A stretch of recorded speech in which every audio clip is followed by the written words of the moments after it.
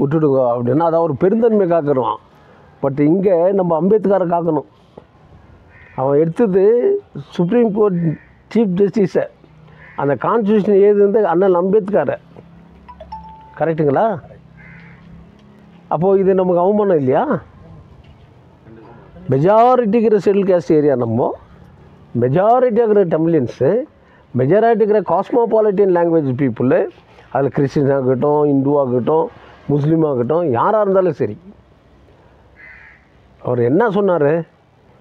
கிருஷ்ணர் விஷ்ணு இது மூக்கு உடஞ்சி போய்க்குது, அது முகலாயா பீரியடில். அது ரெடி பண்ணோன்னாக்கா ஆர்காலஜிக்கிட்ட சொல்லணும், கோர்ட்டுக்கிட்ட சொல்ல முடியாது. நீ அங்கே போயிருக்கலாமே அப்படின்னு சொன்னதுக்கு இவன் செருப்பு எடுத்து நடிக்கிறான். அவர் ஒன்று சொன்னார், அந்த விஷ்ணுக்கிட்டே கேளு ரெடி பண்ணிக்கிட்டோம் ஃபேஸுன்னு. நியாயம் தானே? இப்போது நீ கூட கோவிலுக்கெல்லாம் போயின்னுக்குறீல்ல, கிருஷ்ணர் கீழே விட்டாருன்னு வச்சுக்கா, ஏறி மேலே உட்கார வேண்டியது தானே? கடவுளை கீழே விட்டாருனாக்கா ஒரு ஃபோட்டோ கீழே வந்துச்சுங்க, அது நீ எடுத்து வைக்க வேண்டிய அவசியமே இல்லை. அவரை நேராக போய் அந்த ஃபோட்டோவில் உட்காந்துக்கலாம். இந்த மாதிரி வார்த்தை தான் அவர் யூஸ் பண்ணார். அது எப்படி இந்து மக்களை பாதிக்கும்? நீ இந்துவா? நீ இந்துவா? நம்மளாம் இந்துவா? இந்துவில் நம்மளை என்ன பண்ணுறான்? வெங்கடேஷ் மால் தேர் வந்துச்சுன்னா நம்மளை தூக்கி வச்சுன்னு இவன் ஐயர் மேலே உட்காந்துக்கிறான். என்னடானாக்கா தேங்காவும் கற்பூரம் ஒடிக்கிறவனு ஏன் கீழே இருந்து ஒடிச்சாக்க வானான்னு வர எவனா கேட்டிருப்பானா? இதே போல் தான் அன்றைக்கி சொன்னேன், ஜார்ஜாரில் பார்க் நல்லா பண்ணிக்கிறேன், பட்டாசு வெடிக்காதீங்கடான்னா. சாஸ்திரம் எதிர்க்குமா? என்னது சாஸ்திரத்துக்கு வராது சார், சர்க்கிளை தாண்டி போகக்கூடாது அப்படி என்னெல்லாம் சொன்னானுங்கள்ல, என்னை எதிர்ப்பு தெரிவித்தானுங்கள்ல. நான் சொன்னது எப்போது? 20 வருஷத்துக்கு முன்னே. அன்றைக்கே சிந்தனையோடு சொன்னேன், பார்க்கு கேட்டுடும், மலையாளி கிரவுண்டில் வெடிங்க. தேர் அங்கெல்லாம் போகக்கூடாது, அது சாஸ்திர பிரகாரம் தான் போகணும்னு. இப்போ பட்டாசே வெடிக்கூடாதுன்னு சொல்லிட்டானே, உங்கள் சாஸ்திரம் எங்கடா போயிடுச்சு? நல்லா யோசனை பண்ணி பாருங்கள் சார். நான் பேசுகிறது உங்களுக்கு கோபமாக தோணுதோ என்னமோ தெரியாது, பட் நியாயம் இருக்கிற இடத்துல தான் கோபம் இருக்கும், சூடு இருக்கிற இடத்துல தான் அக்னி இருக்கும் சார். எப்படி சூடு இருக்கும்? நெருப்பு எரிஞ்சால் தான் சூடு இருக்கும். தன்னுடைய வேதனைக்கு வெளியே வரும்போது தான் உண்மை வெளியே வரும். அதனால் உங்களுடைய எல்லோரும் ஒப்பீனியனும் நீங்கள் ஒரு தடவை சொன்னீங்கன்னாக்கா, நம்ம பந்து பண்ணலாமா இல்லை தர்ணா பண்ணலாமா? எது நீங்கள் சொல்கிறீங்களோ சொல்லுங்கள்.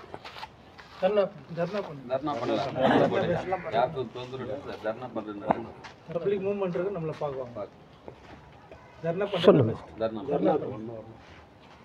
1 hour பண்ணலாம். ஆனால் நம்மக்கிட்ட என்னன்னாக்கா 11 மணிக்கு தர்ணானாக்கா இவன் 12 மணிக்கு தான் வருவான். நம்ம டைமிங் முக்கியம். இன்றைக்கி டைமிங் முக்கியம் இல்லாதனால தான் விஜய் மேலே கேஸு. நீ சொன்ன டைமுக்கு வரல, அதனால தான் 41 பேர் சத்தான்றான். நீங்கள் கொஞ்சம் முயற்சி வச்சு ஒரு 1/4 hour லேட்டாக வந்தால் பரவாயில்ல சார். அதுக்காக மணிக்கணக்கில் 11 மணிக்கு நான் கூப்பிட்டேனாக்கா நீ 12 மணிக்கு வருவா ஆடி அனுப்பு, நான் எப்படி நடத்த முடியும்? இது ஒன்று. 2வது, நம்ம இந்திய குடியரசு கட்சி சார்பில் பண்ணலாமா இல்லை எல்லா லீடரையும் அழைக்கலாமா?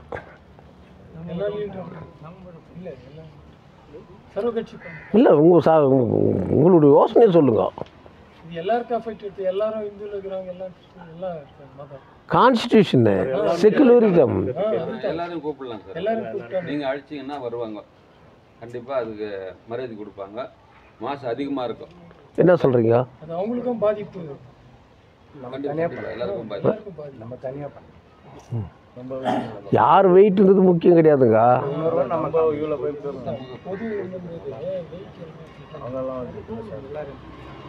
இல்லை உங்கள் கருத்தை சொல்லுங்கள், பரவாயில்ல. நீங்கள் என்ன சொன்னாலே நான் ஏற்றுக்கிறேன்.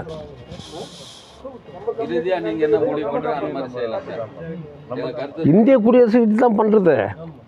Will invite all the leaders. வர லீடர் வரட்டும், வராத லீடர் பிராமணன் இருக்கிறவங்க சனாதனத்தில் இருக்கிறவங்க நின்றுட்டோம். நம்மளை அற்று கொடுக்கலாம். ஒரு லீடர் அவர் மட்டும் வரட்டும், பரவாயில்ல. அவர் ஒன்றும் ஜனங்களை கூட்டின்னு வர போகிறாரோ இல்லையோ, அது அவரை பொறுத்தது இல்லையா? பட்டு பண்ணுறது இந்திய குடியரசு கட்சி. Will invite the leaders to give there concern.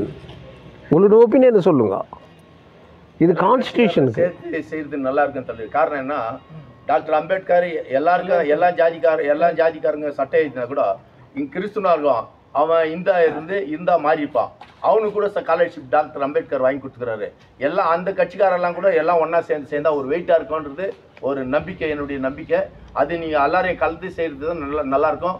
ஊரில் எல்லாரையும் அழிச்சு செய்தார், எல்லாரையும் ஒன்றா சேர்த்து செய்தார் தலைவர் அப்படின்றது ஒரு பேர் இருக்கும். இதுதான் நியாயமான உண்மை. இல்லை, இது பேருக்காகவோ புகழுக்காகவோ நான் செய்யலை. நம்மளுடைய சமுதாயத்தை காப்பாற்றணும், சன்னிதானத்தை காப்பாற்றணும், கான்ஸ்டியூஷனை காப்பாற்றணும். அதான் முக்கியம். கான்ஸ்டியூஷன் ஒன்று இல்லாத போயிடுச்சுன்னு சொன்னால் நம்ம யாரும் நிம்மதியாக வாழவே முடியாது. நீங்கள் எடுக்கிற முடிவு தான் தலைவர் கரெக்டாக இருக்குது இல்லையா? சரி, உங்கள் சஜஷனை சொல்லுங்கள். நீங்கள் வாங்க வாங்க வாங்க வாங்க வாங்க சார். அவர் என்னையை மட்டும் எடுத்துன்னு இருப்பாங்க, நீங்கள் பேசுறது எப்படி எடுப்பாங்க? 2 நிமிஷம் பேசுங்க. இந்திய குடியரசுக்கு தலைமையில் முதல்ல நடத்திட்டு லீடர்ஸுங்களை நம்ம கிஃப்டாக போட்டு அவங்க பின்னல் கேட்கலாம். வாங்க இந்த நீங்கள் சொல்லுங்கள். திமுகவில் நம்ம ஜாதிக்காரர் இருக்கிறான், அண்ணா திமுகவில் நம்ம ஜாதிக்காரர், காங்கிரஸ் கட்சியில் நம்ம ஜாதிக்காரர் இருக்கிறான், இது சிபிஎம்மில் நம்ம ஜாதிக்காரர் இருக்கலாம். எல்லா ஜாதிக்காரும் நம்ம ஜாதிக்காரர். ஆகையினால என்னுடைய கருத்தாக, தலைவனுடைய கருத்தாக, எல்லாம் இந்த கோலார் தங்கவேலி மக்களின் கருத்தாக, ஏன் இந்தியாவினுடைய கருத்தாக எல்லாரும் சேர்ந்து செய்கிறது நல்லாயிருக்கும். டாக்டர் அம்பேத்கர் இந்தியா காங்கிரஸில் இருக்கிறான்னு சொல்லிட்டு உனக்கு சலுகை இல்லைன்னு சொல்லி எழுதலை. எல்லாருக்கும் அந்த சலுகை இருக்குது. இங்கே வாங்கி நாங்கள் போய் நின்றுவோம். ஆகையினால் அவனை விட்டு கொடுக்கக்கூடாது, அந்த கெட்ட பேர் தலைவருக்கு வரக்கூடாதுன்றது என்னுடைய ஆழமான கருத்தை நான் தெரிவித்துக் கொள்கின்றேன். உங்கள் யாருக்கும் நன்றி. வேறு யாருன்னா சொல்கிறீங்களா, பேசுகிறீங்களா? அண்ணா சொல்லுங்க, வாங்க. ஜெய்பீம். மாண்புமிகு தளபதி அவர்களின் அழைப்பினை ஏற்று வந்திருக்கும் அனைவருக்கும் அன்பு கலந்த வணக்கத்தை தெரியப்படுத்தி, மேற்படி இது சமூக புரட்சி. தலைவர் என்ன முடிவெடுக்கிறாரோ அதன் வழியில் அனைத்து கட்சியை கூட்டி செய்வது நல்லது என்பதை தெரியப்படுத்தி முடித்துக் கொள்கின்றேன். வணக்கம். ஜெய்பீம்.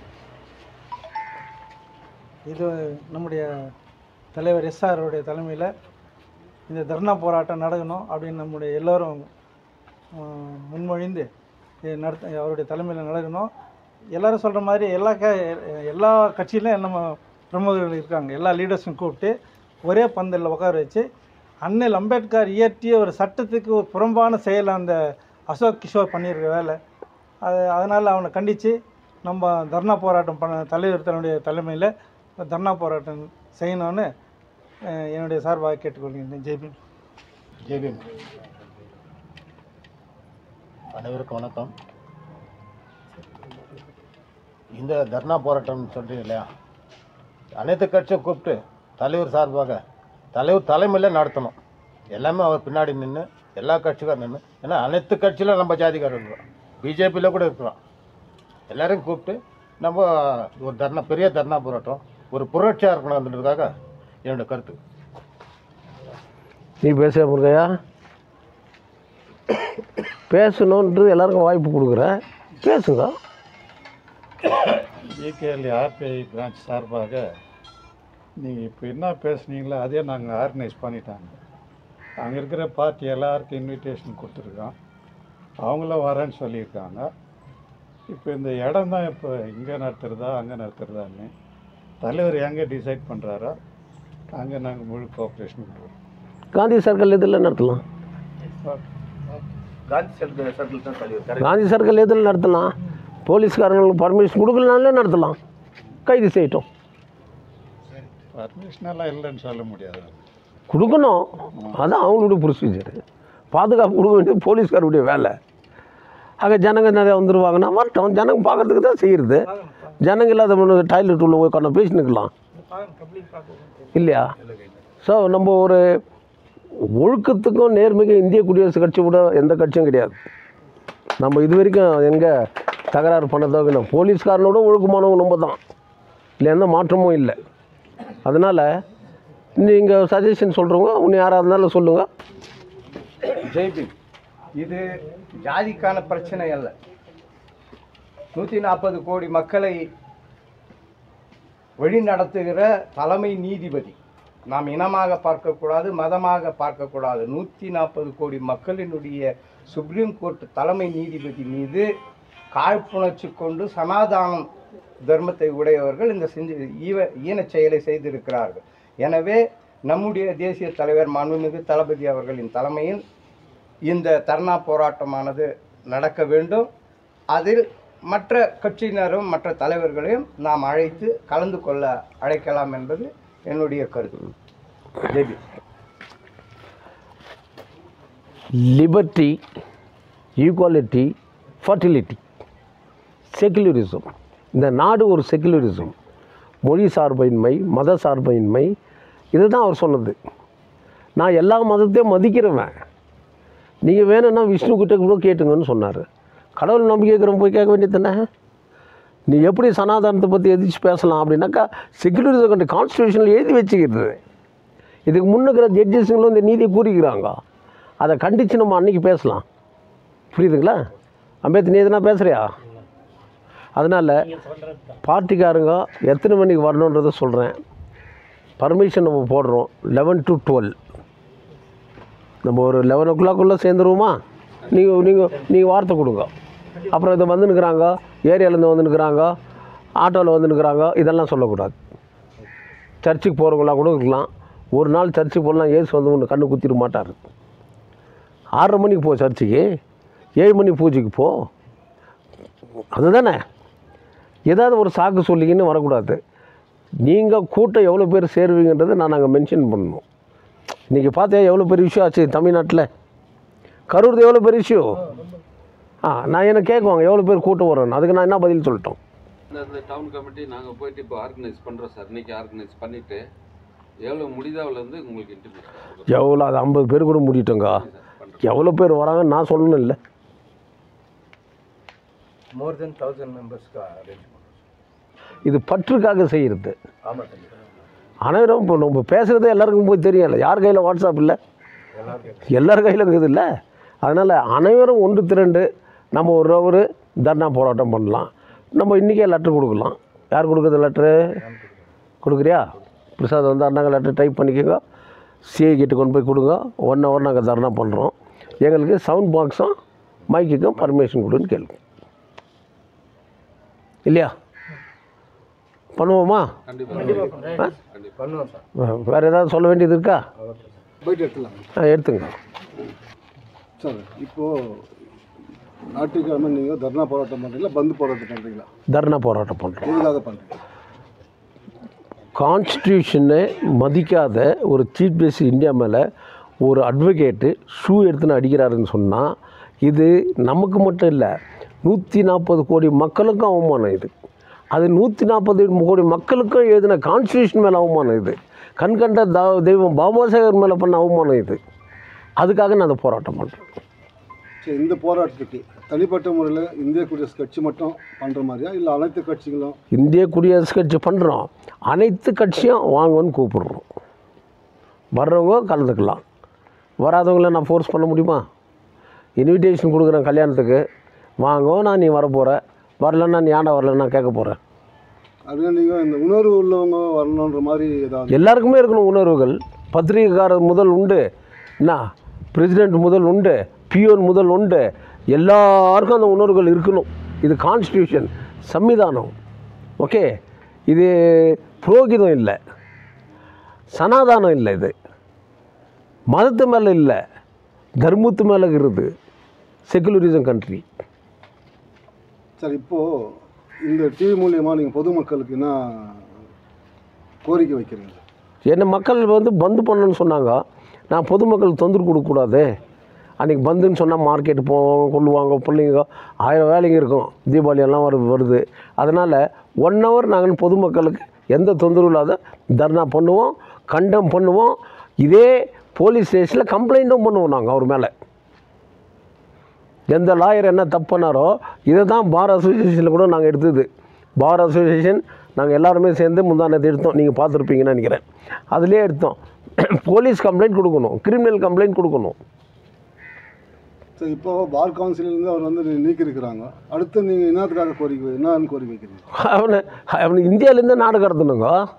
இப்படியாப்பட்டவனுக்கு ஃபனிஷ் பண்ணணும், கிரிமினல் கேஸ் புக் பண்ணணும், அவனுக்கு அந்த தண்டனை கொடுக்கணும். பிரைம் மினிஸ்டர் வந்து இதுக்கு கண்டனம் தெரிவிச்சிருக்காருங்க. ஹோம் மினிஸ்டர் கண்டனம் தெரிவிக்கல. இது குறிக்குது ஜாதியை குறிக்குது. மதத்தை குறிக்குது, அவங்க சனாதனத்தை குறிக்குது.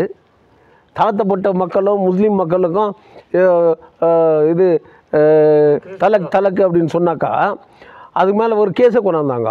ஐயோ அந்த முஸ்லீம் பெண்களுக்கெல்லாம் நாங்கள் வந்து ரொம்ப முக்கியத்துவம் கொடுக்குறோம், அவங்களுக்கு தலக்கு சொல்லக்கூடாது, சொத்து உரிமையெல்லாம் கொடுக்கணும் என்ன அப்படி சொன்னானாக்கா அவனுக்கு 3 வருஷம் ஜெயிலுன்னா. இவனை 3 வருஷம் ஜெயிலுக்கு போனால் அவன் பொண்டாட்டிக்கு சோறு போடுறது யார், அவன் புள்ளிக்கு சோறு போடுறது யார்? அப்படி பாசாங்கமாக சொல்கிறான். இதை சரியாக புரிஞ்சுக்கல நம்ம. ஆஹா முஸ்லீம் மக்களுக்கு என்ன பாசம் வச்சுக்கிறான்னு. இவனை 3 வருஷம் ஜெயிலில் போட்டாக்கா அந்த பொண்டாட்டி சோறு போடுறது யார்? புள்ளிகளுக்கு சோறு போடுறது யார்? அப்போ அந்த குடும்பம் பிச்சை எடுக்கணும். அதுதானே அவனோட நோக்கம், அதுதானே சனாதானம்.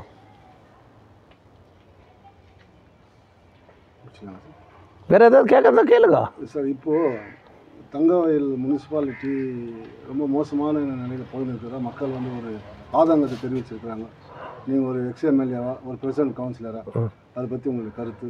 எல்லா கவுன்சிலரும் வாயில் வரலையே பாவம். எல்லா ரூபம்மா சொன்னாக்கா ஜெயன்றான், ரூபம்மாவுக்கு வணக்கம்ன்றான், ரூபம்மாவுக்கு வாழை இலையை பாயசம் கொடுத்தா நக்கிறான். இவரை பட்டனை வச்சுன்னு தங்கவயல் எங்கேருந்து முன்னேறும்? அதனால் எவன் கவுன்சிலரை நின்னானுங்களோ, இண்டிபெண்ட்டாக எவன் நிற்கிறானோ அவனுக்கு ஓட்டு போடக்கூடாது. அவனுடைய நோக்கம் என்ன? இண்டிபெண்ட்டாக நின்னோன்னா நம்மளை விலைக்கு கொடுத்து வாங்குவாங்க. போன முறை விலை கொடுத்து வாங்குவான்னு பார்த்தான், யாரும் வாங்குறதுக்கு இல்லை. மறைந்த பக்தவச்சலம் போயிட்டார். அவர் ஒருத்தர் ஜெயிச்சுன்னா கூட எல்லாரும் வேலைக்கு வாங்கியிருப்பார். 10 லட்சம் 20 லட்சம் இவனே பேசிக்குவான். ஐயோ அவர் 20 கொடுக்குறாருன்னா, இங்கே 22 கொடுக்குறாருன்னா. இது தான் கரப்ஷனுன்றது. இந்த ஊழலை தடுக்கணுன்னாக்கா பொதுமக்கள் நீ சிந்தனை செய்து ஏரியாவில் இருக்கிற கவுன்சிலர் எப்படி செலக்ட் பண்ணணும்னு பாரு. இந்த மாதம் 30ஆம் தேதியோட இவங்களுடைய பதவி காலம் முடியுது. தேர்தல் வந்து டிசம்பரில் நடக்கிறதா வாய்ப்புகள் இருக்குது? வாய்ப்பு இல்லை. அப்போ இந்த 35 வார்டில் உங்களுடைய கட்சி சார்பாக வேட்பாளர் எல்லாரும் நிற்க வைக்கிறேன். என் கட்சி சார்பில் நிற்க வைக்கிறேன். எங்கே நான் விருப்பப்படலையோ அங்கே என்னை யாருன்னா கேட்குவாங்க, பிற கட்சிக்காரங்க, அவங்களுக்கு அங்கே வாய்ப்பு கொடுப்பேன். அந்த கட்சிக்காருக்கு வாய்ப்பு கொடுப்பேன். நீங்கள் நில்லுங்க, நாங்கள் சப்போர்ட் பண்ணுறோம். கட்சி மேலே தான் ஓட்டு போடணும் ஒழியோ இண்டிபெண்ட்டாக ஓட்டு போடக்கூடாது. மக்களுக்கு நீங்கள் என்ன சொல்ல விரும்புங்க இந்த எலெக்ஷன் பற்றி? கவுன்சிலர் எலெக்ஷன் வந்து எல்லாம் மக்கள் வந்து தயவுசெய்து பணத்து மேலே ஆசைப்படாத, தங்கவயல் மண்ணு மேலே, தமிழ் மக்கள் மேலே, கண்கண்ட தெய்வம் பாபா சாஹேப் கால் வச்ச இடத்துக்காக நீ எந்த கம்யூனிட்டினா இரு, நீ எந்த ஜாதினா இரு, நம்ம தங்கவயல் முன்னேறணுனாக்கா மதம் முக்கியம் இல்லை, மனசு முக்கியம். ஸோ இந்த முறை வந்து எஸ்ஆருடைய வேட்பாளர்கள் அதிகமாக ஜெயிக்கிறதுக்கான வாய்ப்புகள் இருக்குதுன்ட்டு மக்கள் மத்தியில் ஒரு பேச்சு அடிப்படுதுங்க. என் மக்கள் காசு வாங்காத எனக்கு ஓட்டு போட்டாங்க சார். 2 முறை எம்எல்ஏ ஆனேன். நான் 2 முறை காசு செலவு பண்ணல. ஆனால் என் மக்களுக்காக நான் சொத்து சம்பாதிக்கலை. என் கை சுத்தமாக இருக்குது. கொள்ளை அடிக்கலை, அடுத்த நிலத்தை அபிகரிக்கலை, என்ன ரவுடிஸை வளர்த்து விடல. இதுக்கு மேலே யோகியமான அரசியல்வாதி என்னவாக இருக்கணும்னு நீங்கள் சொல்லுங்கள், அந்த பிரகாரம் நான் நடந்துக்கிறேன். ஸோ இந்த நகரசபை தேர்தல் வந்து அடுத்த எம்எல்ஏ எலெக்ஷனான தேர்தலாக நீங்கள் எதிர்பார்க்குறீங்க? அது மக்கள் டிசைட் பண்ணுறோம் சார். 4 முறை நின்னேன், 4 முறை தோத்தாங்க. நான் அவங்க மேலே கோவப்படவே இல்லையே. என் யோகியத்து சரியில்லைன்னு நான் அமைதியாகிட்டேன், அவ்வளோதான். அப்போ இந்த எலெக்ஷனில் வந்து நீங்கள் முழுக்க வந்து நகரசபை பிடிக்கணுன்றது உங்களுடைய? இந்திய குடியரசுக் கட்சி சார்பில் வந்தால் நகரசபை நான் உண்மையில் அற்புதமாக உருவாக்கி காட்டுவேன். எனக்கு அந்த சக்தி இருக்குது. நான் யார்கிட்ட கேட்கணுன்னு அவசியம் இல்லை, அந்த புத்தி இருக்குது எனக்கு. கண்கண்ட தெய்வம் பாபா சாஹேப் ஆசை எனக்கு இருக்குது. அதனால் நான் யார்கிட்ட சஜஷன் கேட்கணுன்னு அவசியம் இல்லை. இப்படி செய்தால் இதை மக்களுக்கு நல்லது நடக்கும். அன்றைக்கி 5 சொசைட்டி, சொசைட்டி தலைவர் தயால் வாங்க இவங்கெல்லாம் சொசைட்டி நடத்தியிருந்தாங்க. ஒரே இடத்துல 5 மைன்ஸு கெரோசின் வாங்கிட்டு இருந்தாங்க. அதை நான் மாற்றக்கூடாதுன்றதுக்காக தங்க சங்கிலியும் தங்க மோதிரம் எடுத்துகிட்டு வந்தாங்க. ஆமாம் சார், உண்மைதான். நான் வாங்கன்னு கேளுங்க. 5 மைன்ஸுக்கும் பிரித்து போடுன்னு தான் சொன்னேன். எல்லா மக்களுக்கும் 10 லிட்டர் கெரோசின் ஓணுன்னு சொன்னேன். அப்போ இவங்களும் என் மேலே கோச்சிக்கினாங்க. ஆனால் நான் வருத்தப்படல. கோச்சிக்க வேண்டியது அவங்களுடைய கடமை. மன்னிக்கிறது என்னுடைய கடமையாக இருக்கலாம். ஆனால் மறக்க முடியாதது என் வாழ்க்கையில் நிஜத்தில் மனசுக்குள்ளவே இருக்கும். இதெல்லாம் நான் செய்தது. பிஜிஎம்எல் இஷ்யூ வந்து ஒருத்தர் ஒரு விதமான தகவல்களை கொடுக்குறாரு. இப்போ திவாகர் வந்து போன வாரம் ப்ரெஸ் மீட் பண்ணாருங்க, இன்னொரு நாள் நேற்று ஒரு ப்ரெஸ் மீட் பண்ணாருங்க. இந்த பிஜேபி வச்சு இவங்க வந்து பார்ட்டிஸ் பண்ணனால மக்கள் வந்து குழப்பறாங்களான்ற ஒரு ஆதங்கம் மக்கள் மத்தியில் இருக்குது. நான் எம்எல்ஏ ஆகியிருந்ததுனாக்கா இந்த பிஜிஎம்எல் விஷயத்தை மேட்டர் ஆஃப் 1 மந்தில் முடிச்சிருப்பேன். உதாரணத்துக்கு ஒன்று சொல்கிறேன். ரயில்வே மினிஸ்டர் இருந்தார் கேஹெச் முனியப்பா, உண்மையா இல்லையா? புஷ்புல் ட்ரெயின் பங்கார்பேட்டுக்கு மேலே வந்ததே கிடையாது. அப்போ நான் MLA, Lalu Prasad Yadav railway minister. அதை மாறிக்க போய் வரைக்கும் கொண்டாந்தான் இல்லை, கொண்டாந்தனா இல்லையா? இது சாதனையா சாதனை இல்லையா? நல்லா யோசிச்சு பாருங்க. அப்போ இந்த வீடுக்கு இந்த மக்களுக்கு ஒரு ஆதங்கத்தை உற்பத்தி பண்ணுறது இவங்க நோக்கமா, இல்லை அரசியல் பண்ணுறது ஒரு நோக்கமா? 8 அடியில் தானே சார் வாழ்ந்துருந்தான். நான் தானே ஆர்எஸ் கவாயை கூப்பிட்டு இது இருக்கிற சிஜே அவங்க அப்பாவை மலையாளி கிரவுண்டில் கான்ஃபரன்ஸ் வச்சு ஈத்து கட்டுறா நாக்கிறேன்னு சொன்னவனே நான் தான் சார். நான் சொன்ன பிறகு தான் எல்லாருமே வீடுங்க பெருசாக கட்டினாங்க. உண்மையா இல்லையா? அந்த வீட்டில் உட்காந்துக்கின்னு வீட்டுக்குள்ளவே நீ நெருப்பு வைக்கிறேன்னு சொன்னால் நீ எங்கேருந்து உருப்பிடுவ? திருவண்ணாமலையில் நெருப்பு வச்சா கையெடுத்து கும்பிட்ற, ஆனால் உன் வீட்டுக்குள்ளே நெருப்பு வச்சுக்கிறியே. அன்றைக்கி நான் தானே சொன்னேன் இழுத்து கட்டுன்னு. அதை எப்படி தடுக்க முடியும்? என்னால் முடியும், என்னால் முடியும் சார். இந்திய குடியரசுக் கட்சி சார்பில் நீ வாய்ப்பு கொடுத்துருந்தேன்னா நான் அதை என்ன பண்ணியிருக்கணும்னு பண்ணியிருப்பேன். நான் சொல்கிறத தானே வாந்தி எடுத்துன்னு எல்லோரும் நினைக்கினுக்கிறான். இப்போது மக்கள் அந்த ஆதங்கத்திலேருந்து வெளியே வர்றதுக்கு நீங்கள் என்ன தைரியம் கொடுக்குறீங்க? மக்கள் எனக்கு தைரியம் கொடுக்கணும், நான் மக்களுக்கு தைரியம் கொடுக்கணும். என் மக்கள் எனக்கு வாய்ப்பு கொடுக்கட்டும், அதை நான் உருவாக்கி காட்டுறேன். இன்றைக்கி காத்தா கொடுக்கணும் முனிசிபாலிட்டியில் கொடுக்கலன்றான்ல, முனிசிபாலிட்டி என் கையில் கொடுக்கட்டும். காத்தா கொடுக்குறேன்னா இல்லை வீடு சொந்தமாக்குறான்னா அப்புறம் பார்த்துங்க.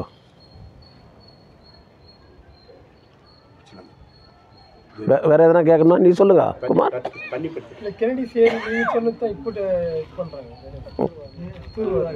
எஸ், அன்றைக்கே சொன்னேன் நான். எரகோல்டு ப்ராஜெக்ட்டுக்கு கேண்டிஸ் ஏரியாவை பெரிய ஏரியாக்கி அங்கே இருக்கிற குடி தண்ணீர் நண்டிட்டூருக்கு வட்டாரத்துக்கே சரி போயிடும்.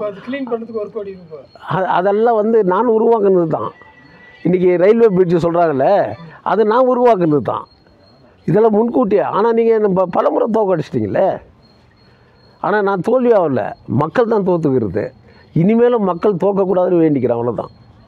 இன்னொரு முக்கியமான விஷயம் சார், இப்போ நீங்கள் இருக்கிற காலத்தில் வீடு வந்து 0 வேல்யூ, நான் வந்தால் இலவசமாக வாங்கி கொடுப்பேன், கண்டிப்பாக பண்ணுவேன்னு சொன்னீங்க. 4 டர்மு தவறிடுச்சுங்க. அதே சந்தர்ப்பத்தில் லெட்டர் அனுப்பிச்சுங்க, 22,000 30,000 35,000 ரூபாய் வீடு கட்டணுன்ட்டு லெட்டர் அனுப்பிச்சிருக்கிறாங்க சார். அது ஒரு விவகாரம். அதுக்கு எம்எல்ஏ எம்பிக்கிறாங்க, அவங்களுக்கு பதவி கொடுத்துக்கிறாங்க. வாத்தியார் இன்னும் கிளாஸில் கொண்டு போய் போட்டாக்கா வாத்தியார் கையில் ஸ்டிக் வைக்கலாம், ஸ்டூடெண்ட் கையில் ஸ்டிக் எடுத்துன்னு போக முடியாது. என்ன வாத்தியார் சும்மா அந்த ஸ்டிக்கை டேபிள் மேலே தட்டி படுறான்னு சொல்லலாம், அடிக்கா கட்டி கூட. ஆனால் பையன் போய் ஸ்டிக்கை எடுத்துன்னு போய்ட்டு கற்றுக்கொடுன்னு வாத்தியார் அடிவானா? அந்த மாதிரி எம்எல்ஏக்கு தெரியும், எம்பிக்கு தெரியும். அந்த மாதிரி சொந்த பணத்தில் கூட எல்லாருடைய வாடகையும் கட்டிடுவாங்க.